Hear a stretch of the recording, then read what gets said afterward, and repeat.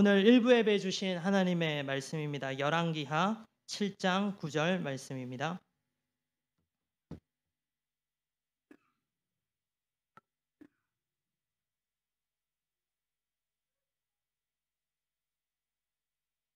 열왕기하 7장 9절 말씀입니다. 우리 한 목소리로 같이 봉독하도록 하겠습니다. 시작. 나병 환자들이 그 친구에게 서로 말하되 우리가 이렇게 해서는 아니 되겠도다. 오늘은 아름다운 소식이 있는 날이거늘 우리가 침묵하고 있도다. 만일 밝은 아침까지 기다리면 벌이 우리에게 미칠지니 이제 떠나 왕궁에 가서 알리자 하고. 아멘. 열왕기하 7장 9절 말씀으로 주일 일부 예배에는 어찌 침묵할 수 있으랴, 어찌 침묵할 수 있으랴라고 하는 제목으로 하나님 말씀을 증거하겠습니다. 성도님들 지난 한 주간 또 건강히 잘 지내셨습니까? 지내셨죠? 예. 저는 지난 한 주간이 참 힘들고 어려웠습니다. 뭐 다른 힘들고 어려운 부분이 아니라 카운증으로 굉장히 고생이 심했습니다. 항상 2월 말부터 3월, 4월 초까지는 항상 카운으로 지금 고생하고 있는데요. 콧물이 나오고 재채기가 나오고 또 눈에 가려움증이 있고 그렇습니다. 항상 이 기간은 저에게는 굉장히 어려운 시기인 것 같아요. 그러면서 카운증이 올 때마다 저는 또 한 가지 생각을 하는데 이 시기가 꼭 사순절하고 겹치고 있어요. 그죠? 항상 사순절과 고난절과 이렇게 겹치고 있더라고요. 그러면서 부활절이 딱 되면서 사쿠라가 딱 필 때 이 카운증도 없어지고 그러면서 저는 이렇게 생각합니다. 이 카운증을 통해서도 이 사순절 기간 또 십자가를 다시금 바라보고 또 십자가 가운데서 하나님 어떤 마음을 주실까 이런 부분들을 개인적으로 묵상을 합니다. 우리 사순절은 여러분들 잘 알고 계시는 것처럼 부활절 전까지 주일을 제외한 40일 전의 기간을 우리는 사순절이라고 합니다. 우리는 지금 교회 절기인 사순절을 보내고 있습니다. 이 사순절은 너무나도 우리에게 좋은 기회의 시간입니다. 십자가를 다시금 바라보고 복음의 의미를 다시금 깊게 생각하고 또 십자가와 복음 가지고 다시금 우리가 하나님 일에 쓰임받고자 결단하고 나에게 주신 그 은혜에 감사할 수 있는 정말로 깨달음이 주어지는 좋은 기회라고 생각합니다. 올해 사순절 기간에 성도님들 한 분 한 분 위에 하나님의 사랑과 놀라운 또 은혜가 그 능력을 또 체험하시는 은혜 있기를 간절히 기도합니다. 지난주였죠. 지난주일 설교에 한국 선교훈련원의 GMTC의 원장님이 오셔서 변진성 목사님께서 말씀을 전해 주셨습니다. 그 설교 제목을 여러분들 혹시 기억하시나요? 헛되지 않으리라, 헛되지 않으리라라는 설교 제목이었습니다. 우리 교회가 그동안 선교에 힘을 쏟았던 모든 열정과 수고가 하나님 나라에서 입장에서 볼 때 하나님 보시기에 절대 헛된 것이 아니다. 그 수고가 헛되지 않는다. 이런 말씀이셨고 또 여기에 저희들이 더욱더 힘을 내어서 앞으로도 계속해서 변함없이 하나님 나라의 일에 또 선교하는 일에 우리가 힘을 내자 이렇게 격려를 해주셨습니다. 개인적으로 은혜를 많이 받고 지난 한 주 동안 이 말씀을 은혜를 받았지만 받은 것에서 그치면 안 되잖아요. 이 말씀을 어떻게 우리가 적용을 할 수 있을까? 내가 개인적으로 어떻게 적용하고 우리 성도들이 어떻게 적용을 할 수 있을까 고민하면서 기도하는 중에 또 오늘 말씀을 준비하게 되었습니다. 말씀을 들으시는 성도님들 가운데 성령의 역사하셔서 또 하나님의 마음이 또 잘 전달되기를 간절히 바라고 있습니다. 우리 기독교인들을 대상으로 한 고전적인 설문이 있습니다. 이 설문은 많이 들어보셨을 거예요. 성도님들을 대상으로 성도님들이 가장 좋아하는 설교의 주제가 무엇입니까? 라고 하는 설문이에요. 그리고 또 반면에 가장 듣기 싫고 또 좀 부담스러운 설교 주제는 무엇입니까? 예, 이 설문의 내용인데요. 그러면 항상 우리들이 듣고 싶어하는 평소에 말씀의 주제는 축복하는 것, 또 격려받는 것, 또 위로받는 것. 이거는 많은 사람들이 누구나 좋아하는 1, 2, 3위의 설교의 주제가 됩니다. 반면에 부담스러운 설교 어떤 설교인지 아시나요? 1위는 헌금하라는 거. 헌금하라는 거. 그리고 또 2위는 지옥에 관한 이야기가 그렇게 부담이 되고 듣기가 싫다고 합니다. 지옥에 대한 이야기 좀 안 했으면 좋겠다. 그리고 3위가 전도하자, 선교하자. 이런 주제가 성도님들이 좀 부담스러운 설교라고 합니다. 전도하라, 선교하라. 이 말씀이 성도들 입장에서는 분명히 부담스러운 메시지라고 하는데 안타깝게도 오늘은 성도님들에게 좀 부담스러운 말씀을 좀 드려야 될 것 같습니다. 오늘 말씀의 주제가 선교와 전도에 관한 부분입니다. 사실 선교하고 전도하는 것은 명확하게 또 구분은 되어져야 됩니다. 쉽게 말씀을 드려서 다 이 시간에 설명할 수가 없지만 선교라고 하는 큰 카테고리 안에 이 전도라고 하는 부분이 또 들어가 있습니다. 방금 말씀 서두에 어떻게 하면 우리 교회가 지난주 들었던 말씀 가지고 선교와 또 선교하는 교회로 쓰임받을 수 있을까 생각할 때 선교의 정말로 중요한 베이스가 되는 이 전도라고 하는 부분 생각하지 않을 수가 없습니다. 그래서 오늘은 이 전도에 대한 말씀을 여러분들과 같이 나누고 싶습니다. 옛날에 우리 교회 이 설교 한 10여 년 그 전에 설교들 여러분들 많이 기억하실 것 같습니다. 우리 교회가 전도에 불타올랐을 때 그때인데 그때 항상 줄 설교가 이런 패턴이었습니다. 기승전결이 있으면 제가 기억하기로는 그래요. 항상 기승전까지는 잘 가다가 마지막이 선교합시다. 전도합시다. 기승전 전도 선교로 일본 선교로 항상 말씀의 마무리가 되었던 것 같습니다. 근데 안타깝게도 요즘은 그때는 너무 전도하자 선교하자 이런 말씀들을 많이 들었는데 요즘은 안타깝게도 전도하자 선교하자 이런 메시지들을 많이 못 듣는 것 같습니다. 저부터도 많이 못한 것 같아요. 전도의 말씀을 들어서 부담이 되어서 안타까운 것이 아니라 전도에 대한 말씀을 듣지 못해서 안타까운 현실입니다. 이 안타까운 현실 앞에서 이 시간 성도님들에게 좀 부담스러운 메시지 전하려고 합니다. 우리 옆 사람들 얼굴을 한번 보십시오. 여러분들 지금 굉장히 경직되어 있습니다. 부담스러운 메시지 한다고 하니까 너무 긴장하시는 것 같은데 또 말씀을 또 잘 들으시면 그리 부담되는 말씀은 아닌 것 같습니다. 서로 이렇게 한번 인사하면 좋겠습니다. 웃으시면서 그래도 너무 긴장하지 마세요. 이렇게 인사하겠습니다. 그래도 너무 긴장하지 마세요. 요즘 전도에 대해서 여러 가지 묵상도 하고 생각을 하고 있습니다. 왜 전도해야 되나?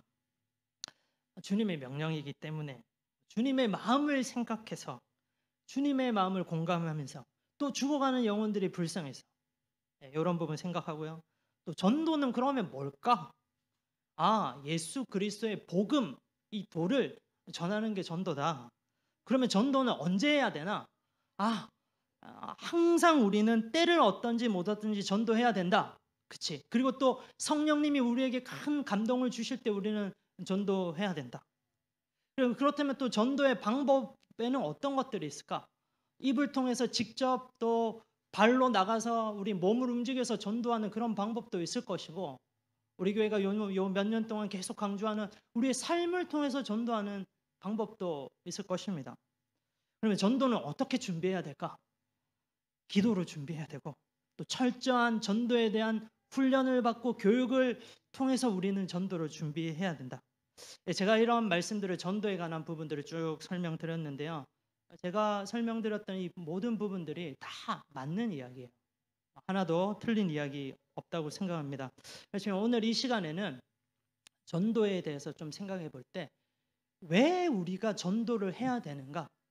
오늘 이 전제가 오늘 말씀의 전제가 되어야 됩니다. 이 질문을 우리는 스스로에게 하고 또 우리 주위에 있는 사람들에게도 해야 될까요? 왜 우리가 전도를 해야 되냐? 이런 관점을 가지고 오늘 말씀을 전하고 싶습니다. 오늘 이 말씀 성도님들 부담스러울 수는 있지만 오히려 성도님들을 정죄하려고 하는 그런 말씀이 아니라는 부분 계속해서 좀 강조하고 싶습니다. 우리가 왜 전도해야 되냐 이런 부분들 알아야 될 필요가 있는데, 첫 번째 전도는 우리 그리스도인의 의무이기 때문에 우리는 전도를 해야 됩니다. 전도는 그리스도인의 의무라는 것, 이 점을 꼭 명심을 하십시오. 성경에 여러분들 전도하면 가장 먼저 생각나시는 인물이 있죠. 저는 사도 바울이 생각이 납니다. 여러분들도 많이 사도 바울이 생각날 거라고 합니다. 사도 바울이 고린도전서 9장 16절에 이런 말씀을 이야기했습니다. 한번 우리가 고린도전서 9장 16절을 읽어보면 좋겠습니다. 같이 읽겠습니다. 시작. 내가 복음을 전할지라도 그것이 나에게 자랑거리가 될 수 없습니다. 나는 어쩔 수 없이 그것을 해야만 합니다. 내가 복음을 전하지 않으면 나에게 화가 미칠 것입니다. 복음을 전하는 것, 전도하는 것, 그것이 나에게 자랑거리가 될 수 없다. 나는 어쩔 수 없이 그것을 행해야만 합니다. 예, 의무. 내가 복음을 전하지 않으면 나에게 화가 미칠 것 같습니다. 우리 개역개정에는 이 부분이 내가 복음을 부득불할 임이라, 할 일이다. 전도하는 거 내가 부득불할 일이다. 부득불 무슨 말입니까?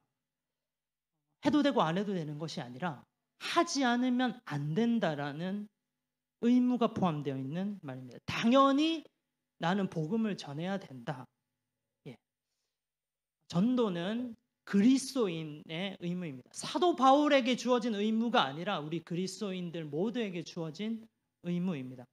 의무에 대해서 한번 생각을 해보자면 의무를 지게 되는 이 당사자가 있죠.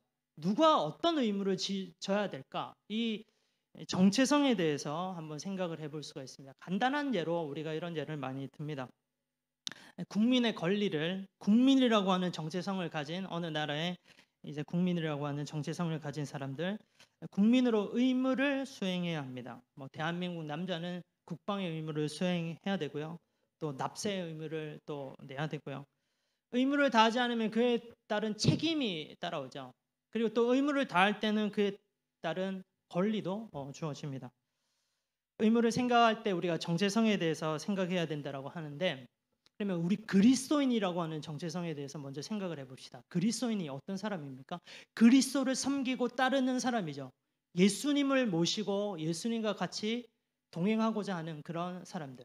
그렇다면 우리의 정체성을 생각할 때 그리스도가 우리의 정체성인데, 예수님은, 그리스도는 어떤 일을, 정말로 가장 중요한 예수님의 사역이라고 하면 어떤 사역이 되겠습니까?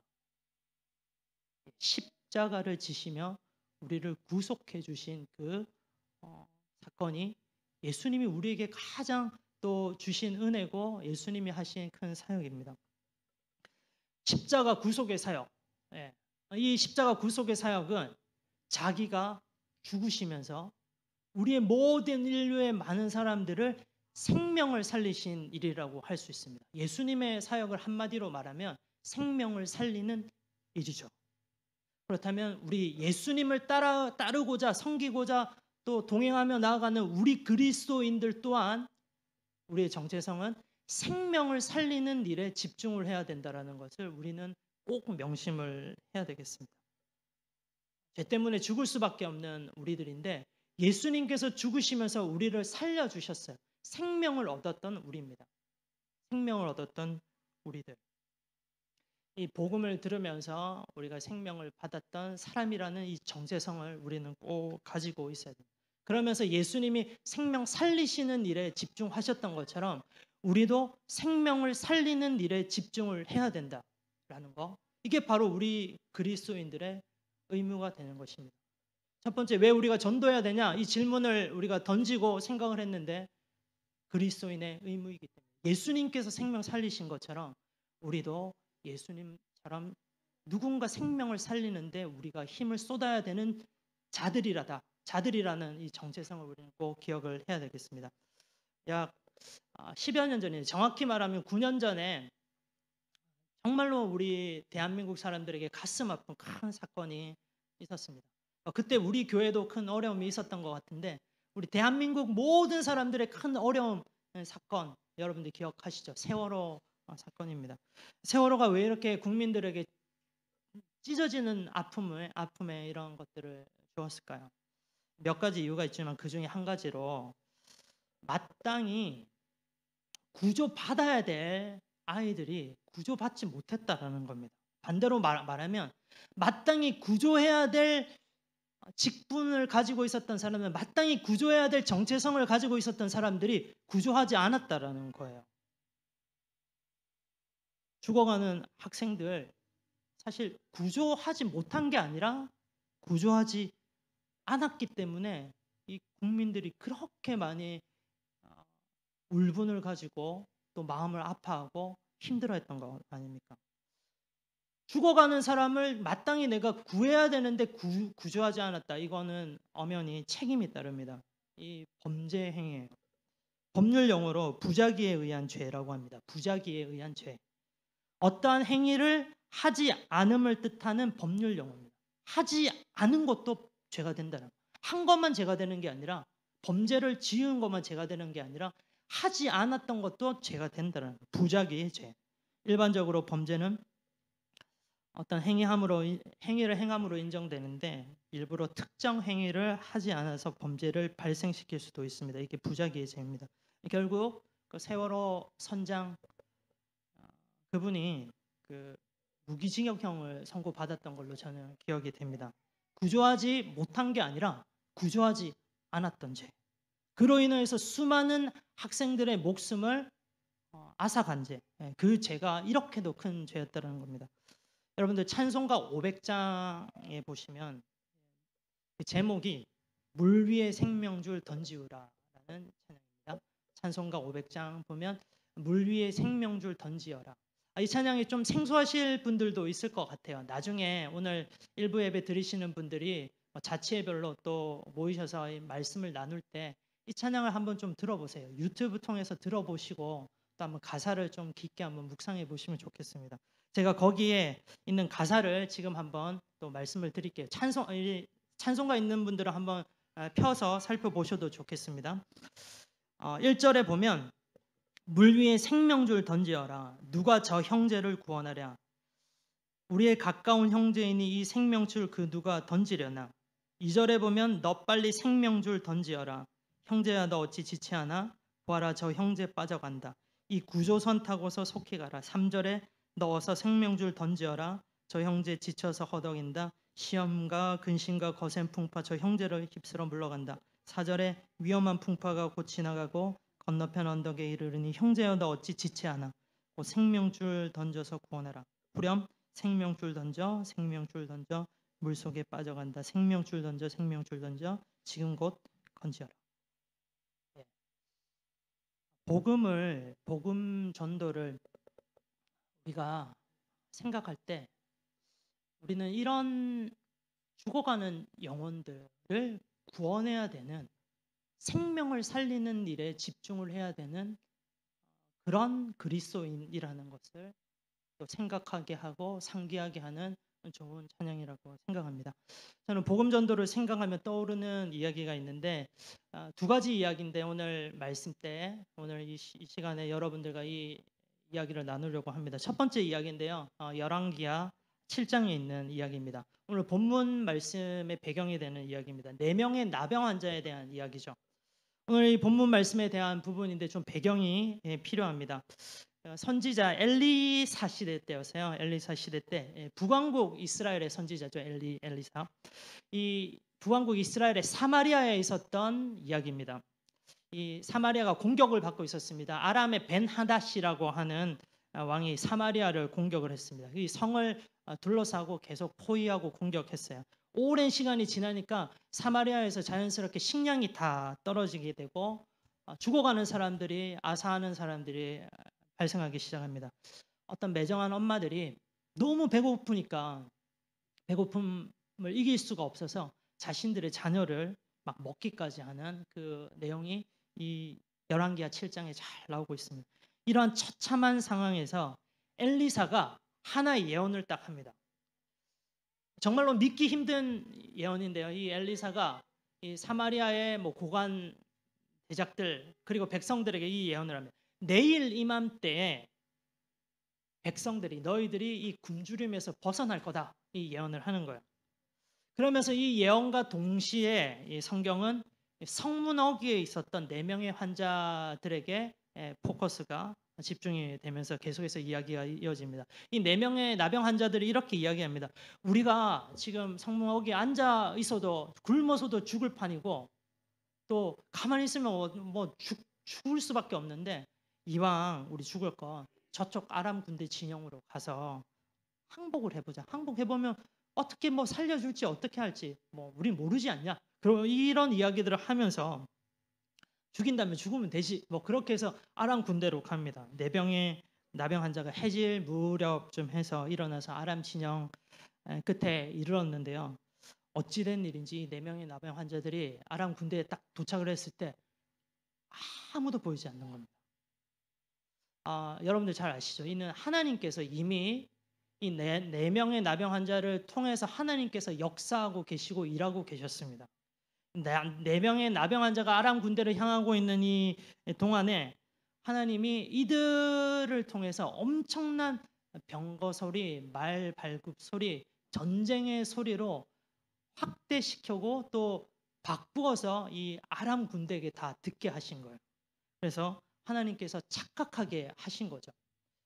그래서 이 아람 군대가 말하기를 지금 사마리아를 저 북왕국 이스라엘을 돕기 위한 원군들이 오고 있다. 저 애굽 군대 얼마나 강합니까? 애굽 군대. 그리고 또 헷 군대가 지금 이스라엘을 도와주기 위해서 연합군으로 몰려오고 있는 소리가 분명하다. 도망치자. 도망치자 해서 그 하루 사이에 아람 군대가 얼마나 기겁하면서 긴박하게 도망갔는지 다 사라진 거예요. 4명의 나병 환자들이 아람 군대에 도착했을 때 군인들 다 도망가고 남아있는 거 뭡니까? 엄청난 식량과 산의 진미, 보물들이 가득했습니다. 이 굶주림에 지쳐 있었던 이 4명의 나병 환자가 다른 거 생각할 여력이 없어요. 먼저 먹기 바쁘죠.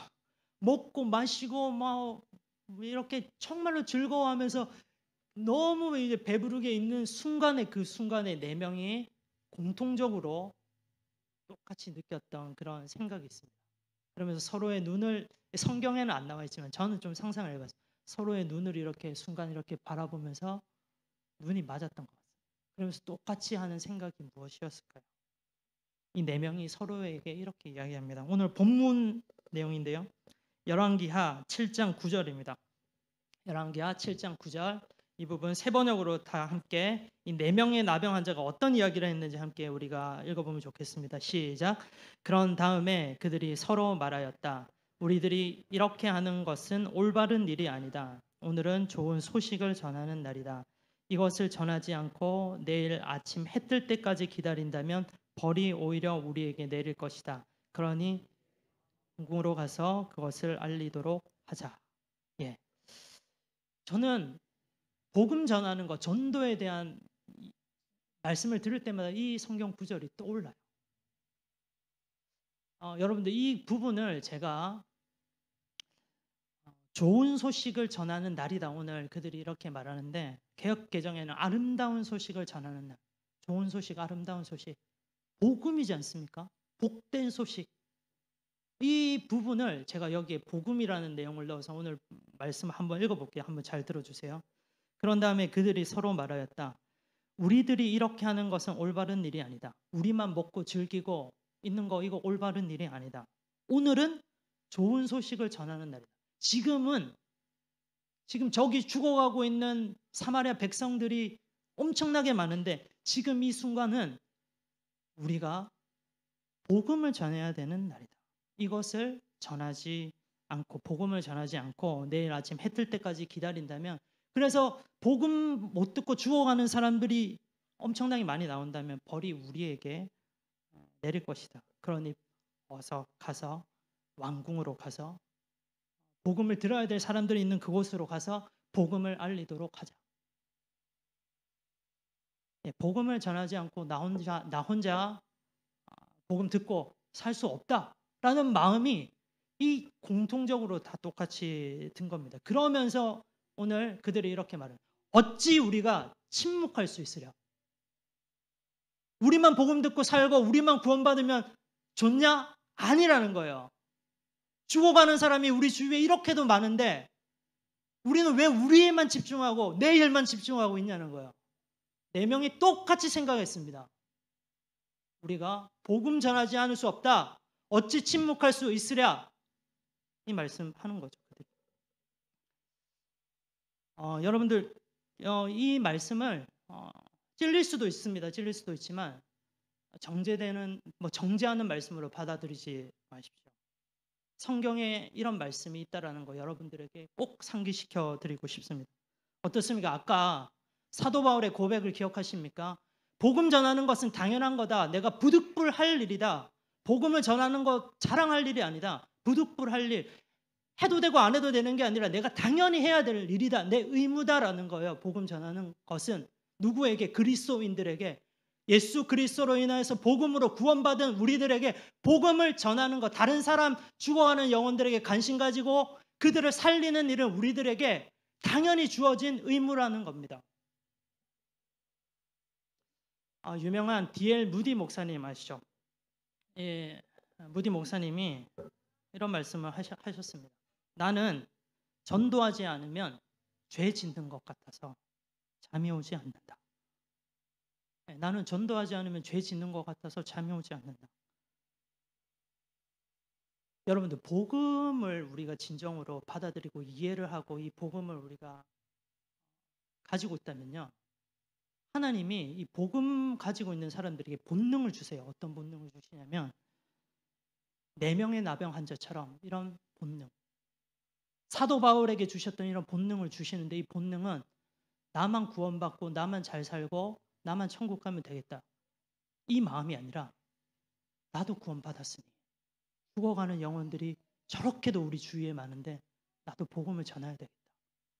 이 본능의 마음을 주시는 겁니다. 우리가 복음으로 구원받아 살아있는 존재라면 우리에게 누군가에게 우리도 복음을 전하며 구원코자 하는 마음이 당연히 들 수밖에 없습니다. 복음 전도에 대해서 생각할 때 또 한 가지 생각나는 성경의 이야기가 있습니다. 선한 사마리아 이야기입니다. 소위 선한 사마리아 사람의 이야기라고 하는데요. 누가복음 10장에 어떤 율법 교사가 예수님을 시험할 목적으로 질문합니다. 내 이웃을 내 몸같이 사랑하라고 하시는데 누가 우리의 이웃입니까? 누가 우리의 이웃입니까? 우리 교회가 이 말씀 가지고 몇 년 동안 계속해서 우리 집중했던 이 말씀이죠. 그때 예수님께서 한 가지 비유를 통해서 설명을 해주십니다. 어떤 사람이 예루살렘에서 여리고로 가던 중에 강도를 만나서 죽어가고 있습니다. 거의 죽어가고 있어요. 그때 한 제사장이 이 죽어가는 사람을 봤는데 보고 피해서 지나갑니다. 두 번째는 한 레위인도 이 죽어가는 사람들을 보고 그냥 피해서 지나가 버려요. 세 번째는 어떤 사마리아 사람이 그 길로 내려가다가 그를 보고 불쌍히 여겼습니다. 그리고 포도주를 통해서 그 상처를 싸매주고 자기의 돈을 가지고 또 여관으로 데리고 가고 자기 짐승에 태워서 또 여관으로 데리고 가고 더 돈이 필요하다면 내가 나중에 와서 다시 추가 요금을 지불하겠다. 그러면서 마지막까지 이 영혼을 불쌍히 여기고 살리고자 하는 이 마음을 가지고 있었습니다. 이 비유에서 강도 맞아 죽어가는 영혼들. 저는 이 영혼들이 이 사람이 강도 맞아 죽어가는 사람이 죽어가는 영혼으로 느껴지더라고요. 그리고 그 영혼에 대해서 모른 척하지 않는다라고 하는 이 사마리아 사람이 진정한 그리스도인이지 않습니까? 죽어가는 영혼을 살리기 위해서 내 시간도 드리고 내 물질도 드리고 내 수고도 드리고 나중에 책임까지 지겠다라고 하는 이 사마리아 사람의 모습이 정말로 좋은 그리스도인의 모습이지 않습니까? 예수님께서 이 좋은 그리스도인들 복음을 가지고 있는 진짜 복음을 잘 이해하고 있는 이런 사람들에게 이렇게 명령을 하십니다. 누가복음 10장 37절인데요. 가서 너도 이같이 하라. 가서 너도 이같이 하라. 명령을 하세요. 명령을. 이 사마리아 사람처럼 너도 죽어가는 영혼들을 살려라. 그 사람이 진짜 진정한 좋은 이웃이다 말씀하세요.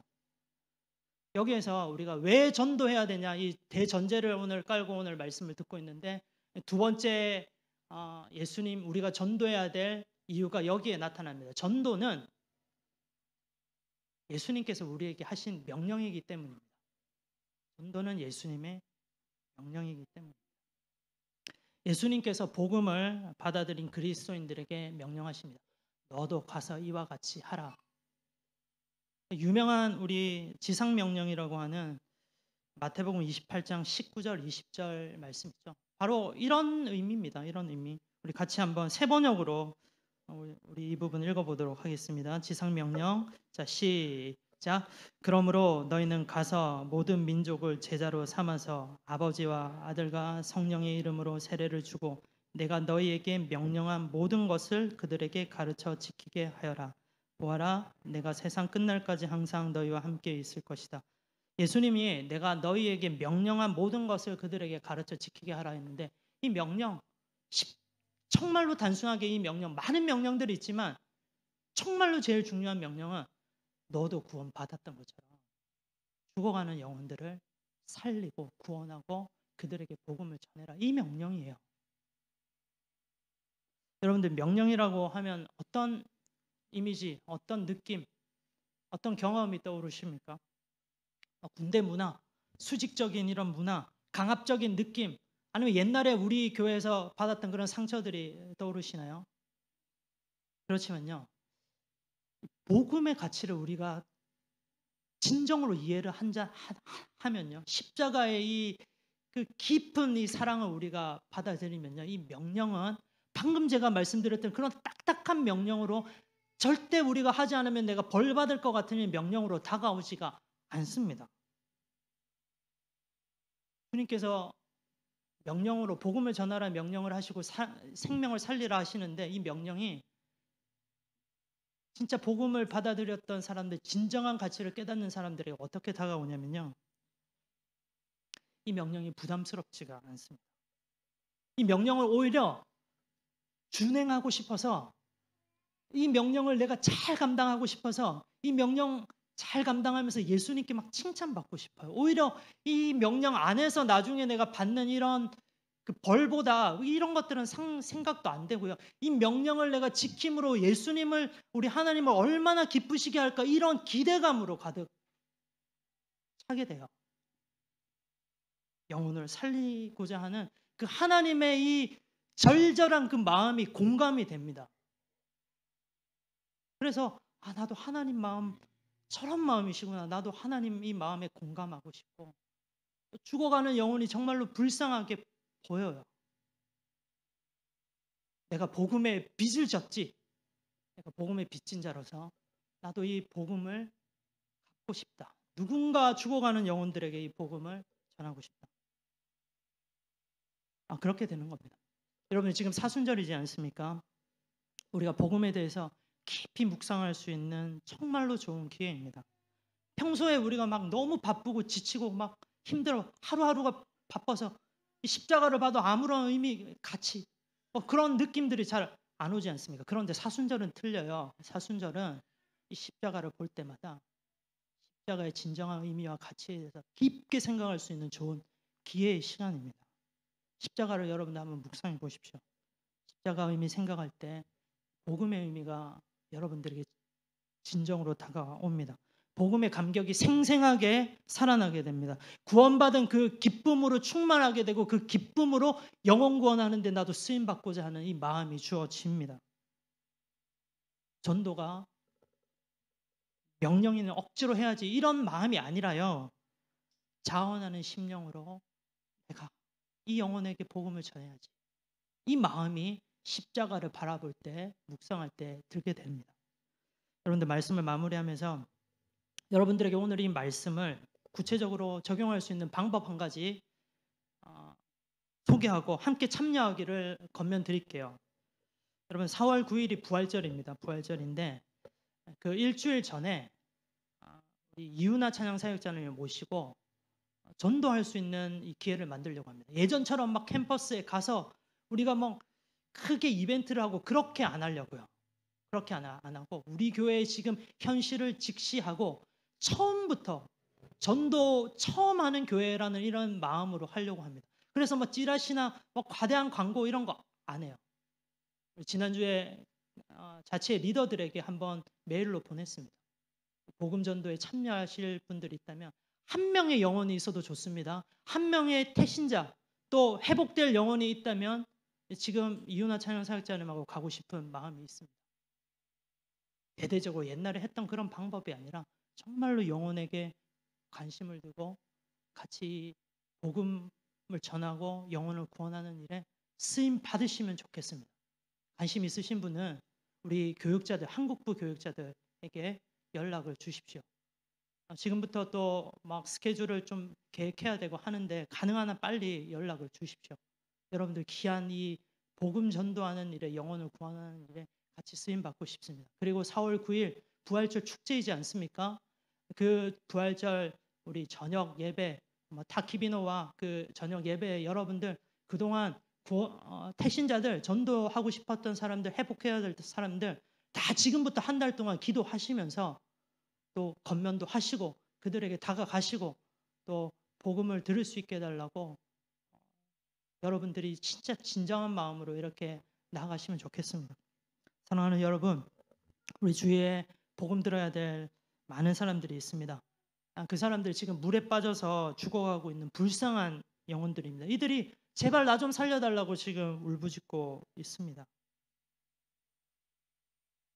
영원한 죽음 앞에서 살려달라고 하는 그 울부짖는 불쌍한 사람들의 눈을 한번 보십시오.